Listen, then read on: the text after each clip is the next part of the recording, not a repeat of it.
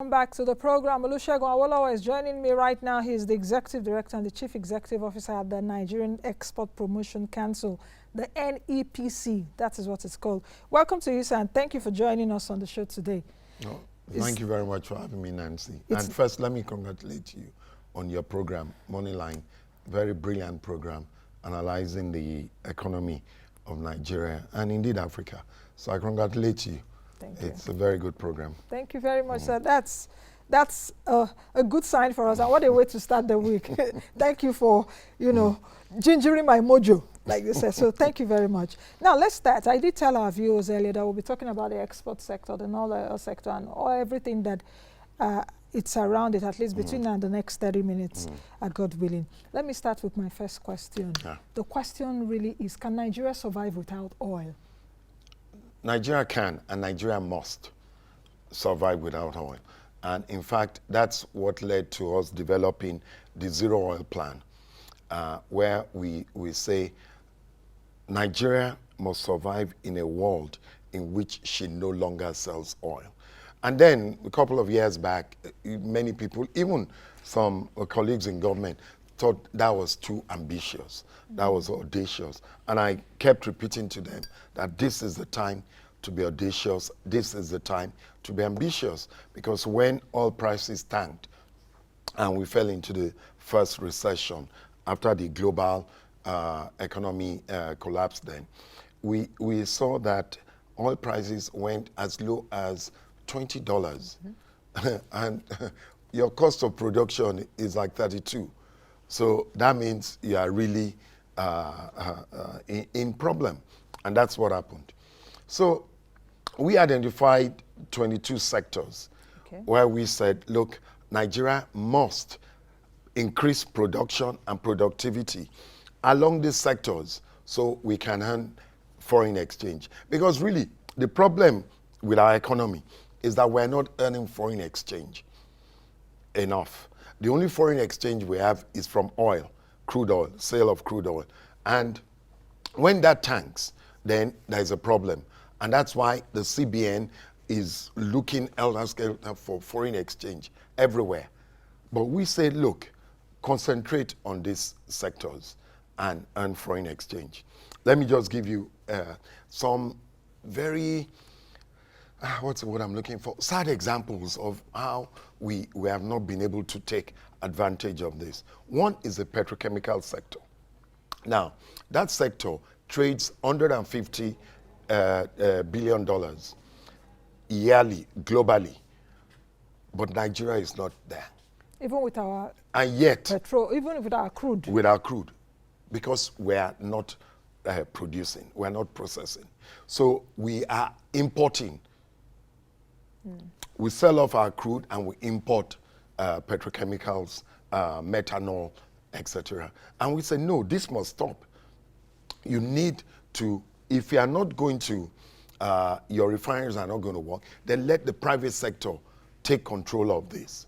And one of the first people because we did a lot of strategic thinking and reach out, private sector, government, partner, MDAs, government ministries, and particularly private sector. We reached out to them.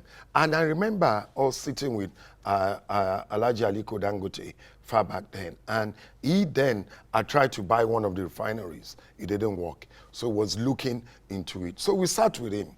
And it was a very long session, over 4 hours, sitting with him. And we analyzed the Zero Oil Plan. And we took all the sectors, particularly petrochemical. And I'm so glad he's joined into it now, is going into the petrochemicals.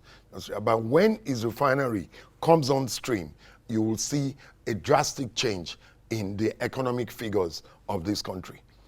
Indeed, one of my first visitors when I became an NEPC CEO was ambassador of Iran. And he said to me, he said, listen, Segun, look at your petrochemical industry. We're under sanctions from the Western world, and we cannot sell crude oil. But when it's processed, there are no sanctions. So we now have over 40 refineries, some outside Iran, that we invested in, and that's why the economy can grow. I said, look at your Indorama petrochemical plant. You must have about 20 of it all across the country. And that's what we're saying. That, look, that is the way forward. When you look at cocoa, for example, now we're falling short of our figures in cocoa. We thought by now we should be edging towards some 750,000 metric tons, but we're still far short of, I think now we're even gone down to less than 250,000 metric tons. And that is so sad. Cote d'Ivoire is on almost 2 million metric tons. Ghana is on 900,000 metric tons. So that is, we need to boost production and productivity. Do you think we've been audacious enough using that word which you used? Have we been audacious enough? You just mentioned like we have not. Can we have other companies even across other sectors apart from petrochemical? We're looking into it. We're telling people that, look, this is where we need to go. And when you look at all the interventions, even government is not doing, you know, I smile when I watch the news and listen to people, and everybody is now talking about non-oil exports. And this is where we should have been many years ago. You know, even when our oil was selling at $110 dollars per barrel, we should have invested enough in that money into all these other sectors, boost production, boost productivity, and then export. And that is where we really need to be. Now, and enunciate further the zero oil plan which you mentioned earlier. What does it contain? What is it about? Okay, that's it. Okay. It's my Bible. Okay. I take it everywhere. I am pushing it, and the federal government has adopted it, this plan. And I did a presentation to the Nigerian Economic Council meeting, which is the highest advisory body on economic policy in the country. It's chaired by the Vice President, His Excellency the Vice President. It has the 36 state governors as members and the FCT minister and relevant ministries. So there a committee was set up to implement the zero oil plan because really the work will be done at the states. Yeah, because you're saying, look, grow this, produce this. It's only in the states. Federal government cannot do that. So it was set up. We have His Excellency Alhaji Mohammed Badari, the governor of Jigawa State, as chairman of that. Is chaired by the Minister of Industry, Trade and Investment, and has other ministries and other MDAs as members, the CBN, the NPA, etc., and we're adding more as we go along. We have Nexim is a partner with us in the Secretariat to fast track this. So we identified those sectors. We took 11 sectors, which we say that the priority category A, and those sectors are the ones that are trading in billions of dollars in the world. And we say our plan is that let's target 5% of this, and which is possible. When I mention all some of these products, look, petrochemicals and methanol, soya beans, sugar, cotton and yarn, nitrogenous fertilizer and ammonia, palm oil, rice, rubber, ice and leather, cocoa and gold. And you know, when you mention these products, you know, every state can pick on it. We actually have driving under the zero oil plan as well, and our Nigerian Industrial Revolution plan. What we have is a one state, one product. The idea is that each state, it is. Oh yes, it is. Still on? It's being implemented as we speak. And we say, okay, in all these states, you know, we're not limiting you to one, but we say at least give us one product that we can develop for export so we can earn foreign exchange. Then we have the category B products. Those ones are less, they don't attract so much money abroad, foreign exchange volume. But when you listen to them, you know they're inclusive growth. They provide more employment. I'm looking at cement and clinkers. And now, when you look at cement, clinkers, it is just an example that when government is focused and determined, you move. Nigeria has moved from #1 import nation in cement. Now we're exporting cement. And it's a deliberate policy. And when I sat with Mr. President, I told him, look, it sounds audacious, but it must be deliberate. It must be focused. There must be tenacity in it. And you must, just continue and drive it. It's like, what do I think Nigeria, when do I think Nigeria will be ready to earn foreign exchange in non-oil? I told him, Mr. President, you drive it. You set it. If I would say 10 years. 10 years, Nigeria must earn $30 billion in non-oil. And then let us go and do the work. I gave him an example. I said, when President Kennedy said America must put a man on the moon, NASA had no plan then. They had to scramble and they got it done. So it's the same way. Category B products, I mentioned cement, I mentioned tomato, banana and plantain, oranges, cashew, cassava, sesame, spices. And these are products that we have all over advantages, and Nigeria is #1 in many cassava, of them. yam. In many of them. If we're not one, we're #2, we're #3 in the world. But we're not earning anything. When for instance, yam is a good example. And I was at the National Assembly because we have a law. Yam is actually in our export prohibition law. We can't export yam.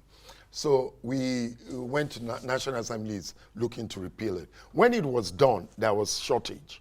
Yeah, but we've boosted production now. Nigeria produces about 50 million tons of yam. Now, listen to this. Look at the irony.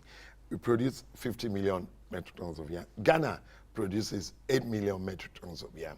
Now, Ghana exports 23 million metric tons of yam. How? Yeah, because the yam is Nigerian yam. Okay, so we... Yeah, it goes there and is exported so we export to Ghana. Is exported as Ghana yam. But when you look at it, these figures is not my figure. It's not even the Nigerian Bureau of Statistics figure. It's from the Federal Agricultural in the World Bank. That's a figure, and they tell you. So if you are producing 8 million, how can you sell 23 million? So we know where it's coming from. We know. Okay, let's talk about the recent EEFP, the Export Expansion Facility Program. What is it about? Now it's when you see the havoc that COVID caused, on all over the world, and particularly Nigeria, we're lucky, to an extent that in health-wise, Nigeria, we've recovered a bit where our economy is opening up. We're not under lockdown anymore as in other countries. But, the scars, the financial scars, the social economic scars are deep. And that's why government went on with the vice president leading. They had the national, the economic sustainability plan. And in that plan, it's a 2.3 billion trillion naira plan to stimulate the economy. I was listening to you earlier, and you talk about what the American president is trying to do to stimulate the economy, to give out paychecks. And that's what the federal government is doing. Under that, there's a 50 billion export expansion plan fund facility for this. And we submitted a work plan to the federal government, was adopted, and said, okay, let's look at this stimulus on various sectors in the export arena. One key one is the Export Development Fund, because basically the NEPC is an incentive agency. We provide incentives to boost exports all across the country. So one is the Export Development Fund, which is by the NEPC Act, which we take to help MSMEs, SMEs to get them ready in terms of production, in terms of productivity, in terms of packaging, in terms of labeling, in terms of capacity development, in terms of taking them abroad for export, in terms of linking them to business meetings. So we said, look, we should activate this. It's been in our act for over 40 years. It has never been activated. The only one we've been doing, which is the easy one, is the Export Expansion Grant. The EEG. EEG, which is your company, you do everything on your own. Once you've exported, once you remitted your foreign exchange back through the CBN, then you claim. Is it still on? It's on. I thought it was suspended. No, for some yes, time. we've had issues over it. We've had to do an holistic review of the whole program, and federal government has been, in fact, President Buhari approved the money to pay for the EEG, all the backlog payments. That's some 350 billion naira that was approved, and National Assembly has, I think they've appropriated and approved, I think, about 194 out of it, the last assembly. The next one will be by this assembly. So it's been done. So, but those are big companies. Now, what do you do for your small companies? That's EDF. So we said, okay, let's put some of this money in it. We activate that. So we see how we can help these small companies to grow. And particularly when you look at the African continental free trade area, we must get these companies ready, because that's the army you need to export many of your goods. Now we're talking about processed goods. Raw materials is not so hard. Every country that needs it, they attract it. So, but when you get to processed ones, that's where standards come in. That's where certifications come in. And that's where you have to be really careful that you don't keep getting rejects and you push your goods out. So I know the 5 billion for EDF. Yeah. So was it from the EEFP? Yes, it's from there. Okay, so the EEFP has 45 billion naira now.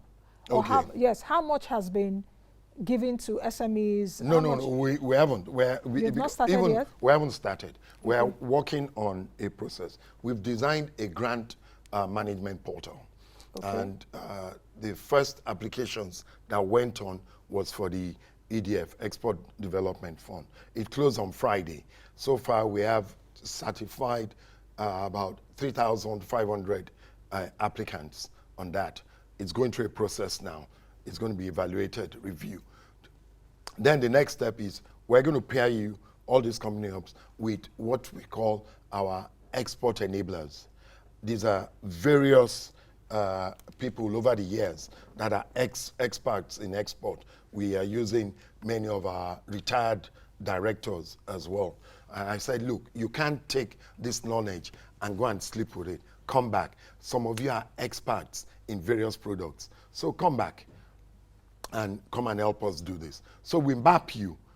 The portal maps you automatically to those export enablers. Then they help you to review your process till you come to stage 2 of that. And that's where, it's recommended that, no, this is what you need, not what you're actually looking for. Or this is where you should be, not where you are now. And then we help you along that line. How about for people watching and they want to be part of this? They are into the export business. It's not just any grant for anybody.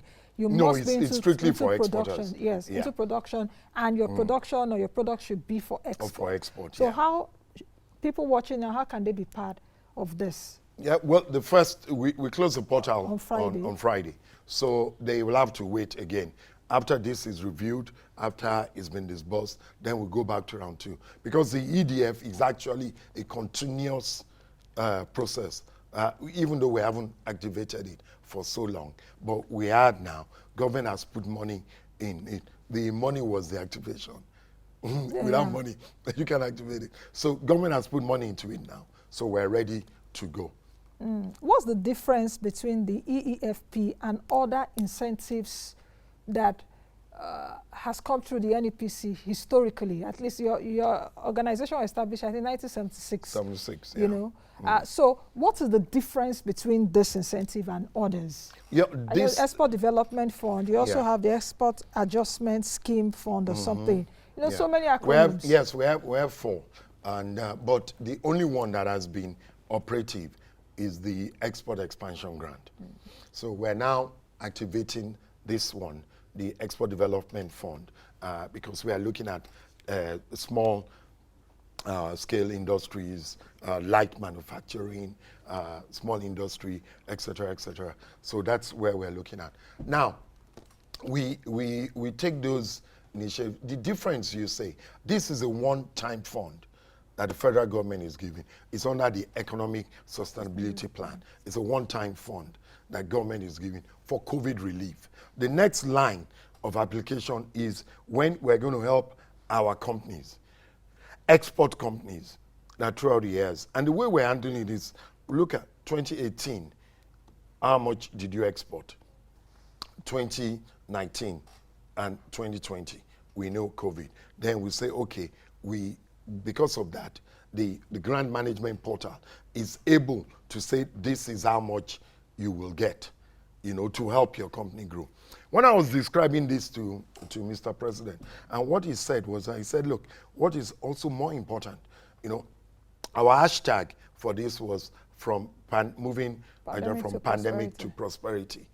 Brilliant hashtag. He really liked it. But he said, what is more important is how to save jobs and create new jobs.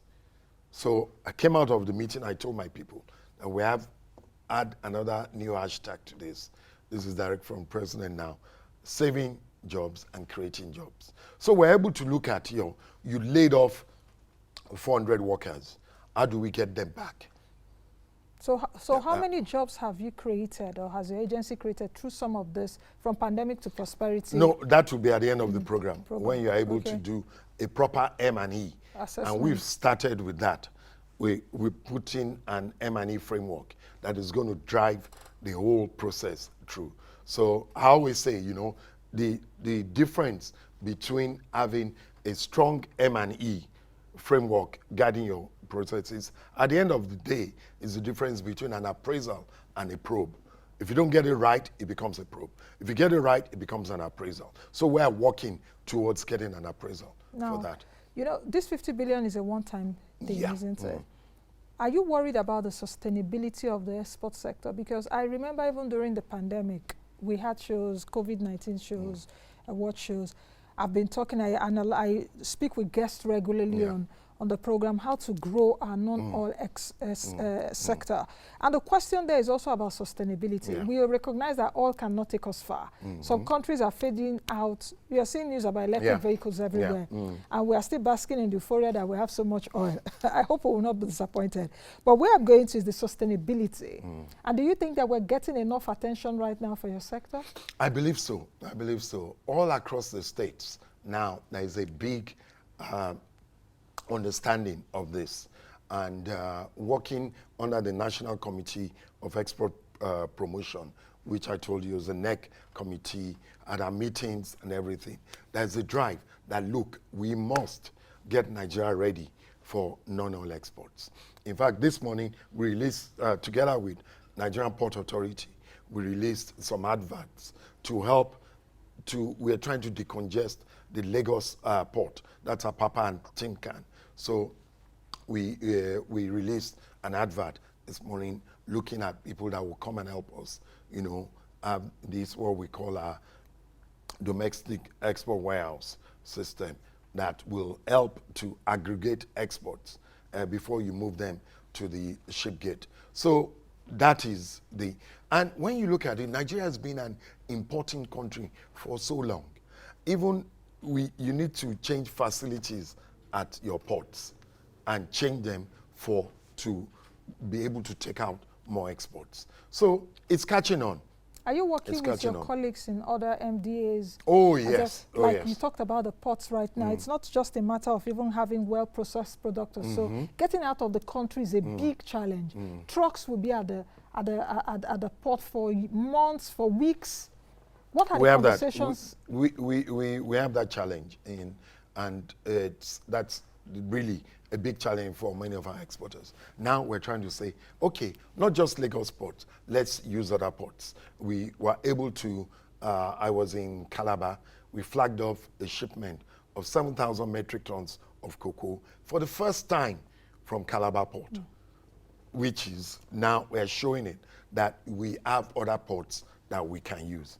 In fact, in the zero oil plan, what we proposed for government was what we call a market to access routes, key routes. And that is where we say government must concentrate. You don't have money to fix all the infrastructure. So let's do the key ones that move goods out. You take the roads, the rail, all the way from Castina, all the way to Calabar, Lagos Port. This is what we should do. And that's what we're focused on. Okay, two questions, because we've got to go now in less than 2 minutes. The A part of the question is, are you looking at the services sector? Oh, yes. Because we are not just talking of products like hard products.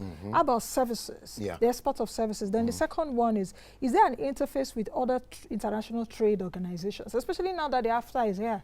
Yeah. Oh, yes. We have been working with different trade organizations so far. I'm a member of the advisory board of ITC, International Trade Center in Geneva. We're also working on the ECOWAS trade promotion organizations. So it's happening. Cooperation is there, particularly looking at AFTA and how we can benefit from that. Now, you mentioned the services. Now, that is huge. It's big. And that is, there's so much disruption that is going on in the economic world. Many times when I watch your program, it's all discussing this. The services industry is a over $1 trillion industry. How do we get into it? And Nigerians are so creative. We have our financial industry, we have our movie industry, music, entertainment industry that is big. Now, how do we get this? Right now, we're working with the Ministry of Communications and Digital Economy, because that's what it really is. Okay. Digital economy is about trade in services. So we're working with them on how to fast track and capture it. We are working on a plan now with the Commonwealth Secretariat in UK, how Nigeria will capture export of services. Okay. Edie, we have so much to talk about. I hope we'll do this sometime soon, and let's see, perhaps we'll talk soon when some of these things begin to crystallize and get a feedback on what has happened so far. Thank you very much for coming. All right, I've been speaking with Segun Awolowo, who is the Executive Director and the Chief Executive Officer at the Nigerian Export Promotion Council, NEPC. We've been talking about the Zero Oil Plan. We've also been talking about the Export Expansion Facility Program. Just Google it and see what it is about. Sometimes it's not about just criticizing. You've got to also find out information on your own. Be the best you can be and be the change you want to see. I am Nnaji. Bye-bye.